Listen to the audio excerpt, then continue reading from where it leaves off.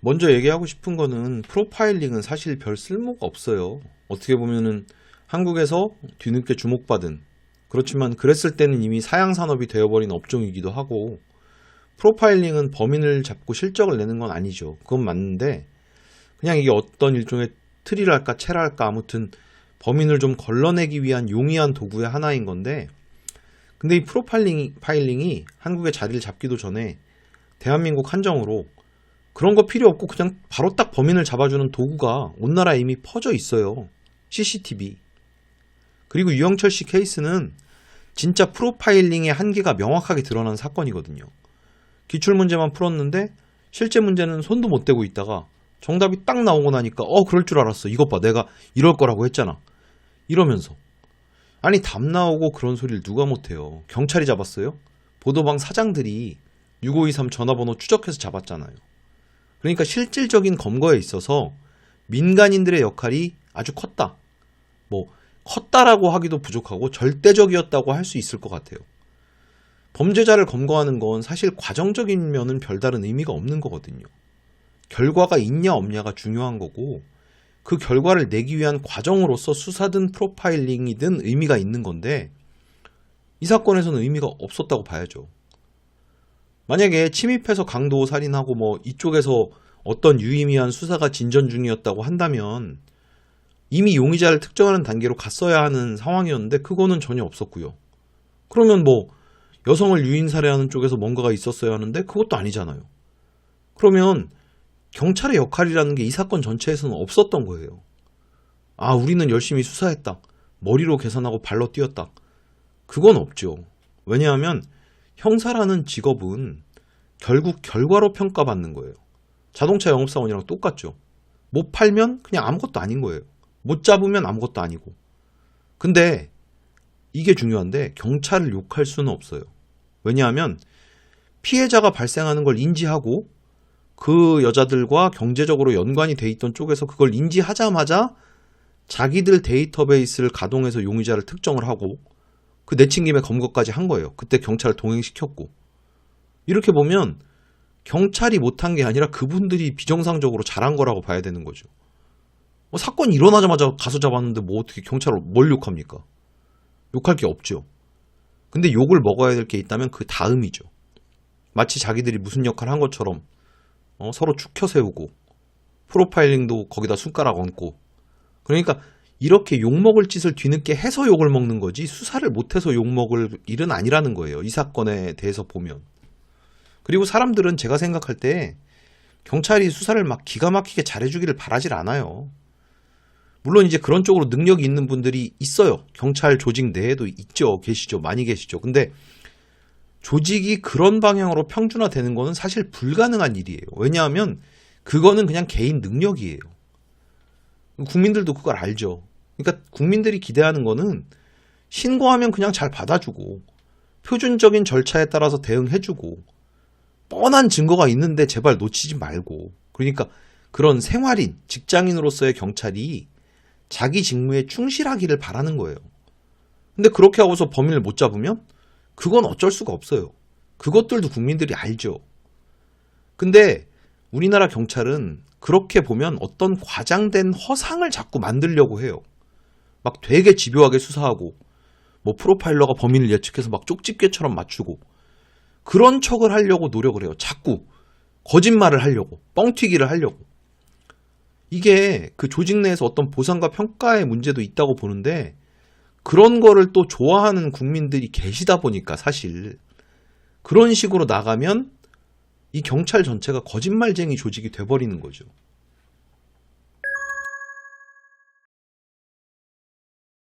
유영철 씨가 저지른 범죄에서 결국 핵심은 어떤 패턴의 변화와 그 원인, 그리고 과연 우리 사회가 그 원인에 대해서 어떻게 대처할 것인가의 문제가 중요하다고 봅니다. 유영철 씨는, 이게 자꾸 유영철 씨라고 말하게 된 이유가 제가 개인적으로 본 적이 있어서 그래요. 죄송한 표현입니다. 유영철은 최초에는 침입해서 살해를 했어요. 이거는 강도살인이라는 그런 범죄의 패턴에서 강도의 비중만 좀 낮은 것 뿐이에요. 근데 여기서 나중에 변화를 줬어요. 왜 변화를 줬을까요? 저는 그게 리스크 관리 문제라고 보거든요.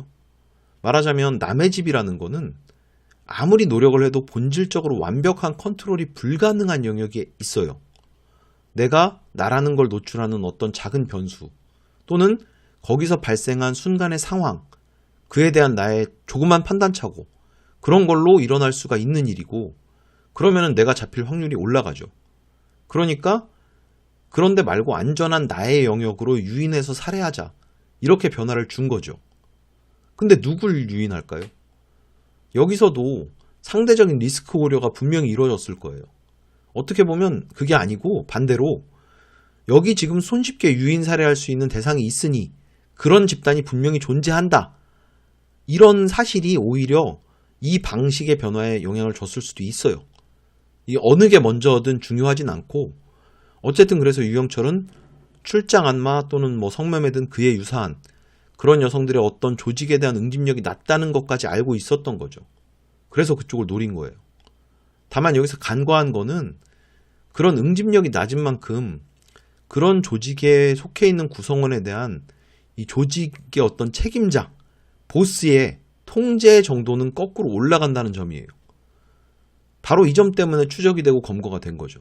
사장들이 자기 돈줄이 사라지니까 어떻게 된 거야 하고 알아보게 된다는 거예요. 근데 이렇게 살인이 목적인 범죄는 필연적으로 관계에 있어서 소외된 대상을 노려요. 이게 이제 사회적 약자라는 개념과는 많이 다른 건데, 돈이 많고 적고를 떠나서 어떤 타인과의 접점이 적은 사람, 아니면 접촉은 많지만 되게 가벼운 접촉이고 그 접촉이 비정형적인 사람, 후자가 이제 조금 전에 얘기한 성매매 여성들이 되겠죠. 이런 사람들은 예컨대 사체만 잘 처리하면 내가 범인으로 노출될 확률이 되게 낮아져요. 내가 아닌 누구를 거의 안 만나거나 아니면은 사람들을 많이 만나긴 하는데 특정이 어려워. 이건 이제 양극단의 익명성을 범인이 노리게 되는 상황인 거죠. 그냥 뭐 비유를 해보자면, 그 만약에 나무가 있어서 나무가 사람을 죽일 수 있다고 칠게요. 그러면 근데 첫 번째 케이스는 나무 한 그루가 인적이 되게 드물고 나무도 아예 없는 사막에 있다가 어떤 사람을 죽였어요. 이제 자기가 잡힐 것 같으니까 나무를 뽑아서 옮기면 돼요. 그러면은 나중에 온 사람은 여기가 사막이잖아요. 그러니까 나무가 있었을 거라고 생각을 안 하게 되는 거죠. 이게 말하자면 접촉의 절대량이 적은 사람을 살해했을 때 그 범인이 노출될 가능성인 거예요. 두 번째 케이스로도 같이 나무로 비유를 하자면, 나무 한 그루가 엄청 빽빽하게 나무들이 막 수십만 그루 있는 숲에 있다고 쳐보는 거예요. 사람이 숲에 들어왔는데 어떤 나무가 이 사람을 죽였어요. 찾아내기가 힘들죠. 이게 이제 좀 전에 얘기한 후자, 접촉의 비정형성이 있는 사람을 살해했을 때 범인이 노출될 가능성이에요. 이 두 가지 얘기를 왜 하냐면, 유영철은 최초에는 전자를 노리고서 범행을 했는데 이게 그렇게 유효하지 않다는 걸 알게 됐어요. 왜냐하면 내가 나라는 게 드러날 리스크 때문에.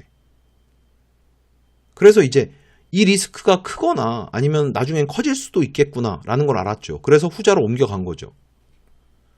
만약에 유영철이 전국에 있는 유사한 업종의 여자분들을 차례로 살해하기 위해서 자기가 어떤 불편을 겪는 걸 감수했다고 쳐보면, 뭐 한 2, 3개월에 한 번씩 지방도 갔다가 서울에서도 이쪽 저쪽 옮기고 막 그랬다면 검거가 아예 안 됐을 수도 있어요.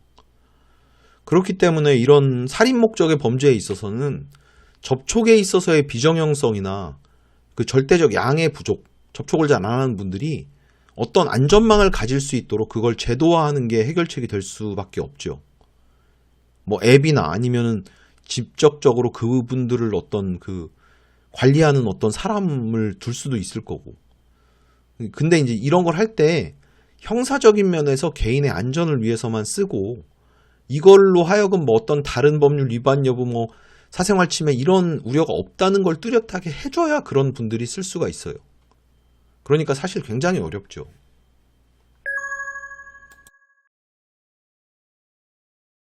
저는 어쨌든 그 유영철 씨로 인한 기억이랄까? 충격이랄까?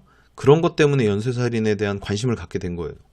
보도 내용이나 자료를 찾아보고 상상도 해보고 그런 어떤 범인의 재구성을 해보는 것도 사실은 다 그것 때문이고, 그러니까 범죄나 특히 뭐 살인, 연쇄살인 같은 중대한 강력범죄에 대해서 좀 더 알아보고 생각할 계기를 준 거죠, 그 사건이. 그리고 이 채널도 사실은 그런 생각의 연장선에 있는 거고요. 저는 나중에 기회가 되면 정말 유영철 연쇄살인 사건이라는 걸 한번 제대로 다뤄보고 싶어요. 근데 어떤 사실 지금 단편적인 거는 쉽게 보이는데 이 사건 전체를 조망해서 완결성을 갖춘 어떤 컨텐츠로 만드는 거는 너무 어려울 것 같다. 왜냐하면 저한테 있어서 이 사건은 되게 중요한 사건이고 다른 연쇄살인처럼 압축하고 분석하기가 좀 어렵다. 그래서 다른 사건들을 다루면서 사건을 압축하고 분석해서 전달하는 거에 대한 내공을 좀 더 쌓고 그동안 공부한 것과 개인적인 경험들 또 제가 갖고 있는 유영철 씨에 대한 기억들까지 모두 녹여서 나중에 정말 사건 실화 사건 파일 한 100번째 정도가 되면 유영철 특집으로 진짜 한 3시간짜리 영상을 만들어 보고 싶어요. 이렇게 다루고 싶은 이유 중에 제일 큰 거는 이제 그거죠. 살인을 저지르고 나서 잡혀서 이미 이판사판인 사람과 지금 살인을 저지르고 있는 하지만 보통 사람인 척 살아가고 있는 사람은 전혀 다른 사람이거든요. 사람들은 이미 살인범으로 밝혀진 사람을 두고서 뭐 사이코패스다 이런 얘기를 하잖아요. 근데 그런 사람은 범죄자는 사실 이제는 그냥 민낯을 드러내도 별 상관이 없어서 그냥 대충 막 하는 거거든요. 근데 살인을 실제로 하고 있었던 과거의 그 사람은 그렇지 않았잖아요. 그러니까 그 시점에서의 그 사람을 보거나 알지 못하면 그게 무슨 의미가 있을까요? 이거를 뒤늦게 돌아보면서 이 사람이 살인을 했으니까 이런 사람이네. 얘는 예방하는데 아무 도움이 안 돼요. 그러니까 아까도 말씀드렸지만 이렇게 컨텐츠화하면서 피해자들을 다루는 것 자체도 우리가 아직 당하지 않은 잠재적인 범죄 피해자의 입장에서 이런 모든 케이스들을 통해서 물론 이제 일종의 흥미 이야기로서의 재미도 있겠지만 범죄라는 거를 알고 배우고 경각심을 갖고 좀 더 생각해보자는 그런 목적으로 이런 걸 콘텐츠화를 하는 거거든요. 그러니까 그런 목적으로 저는 조금 더 내공을 쌓고 나서 나중에 제가 진짜 유영철 씨에 대한 어떤 개인적인 그런 기억과 이런 어떤 논리적인 것들이 완벽하게 갖춰졌을 때 제대로 유영철 특집을 한번 해보고 싶습니다.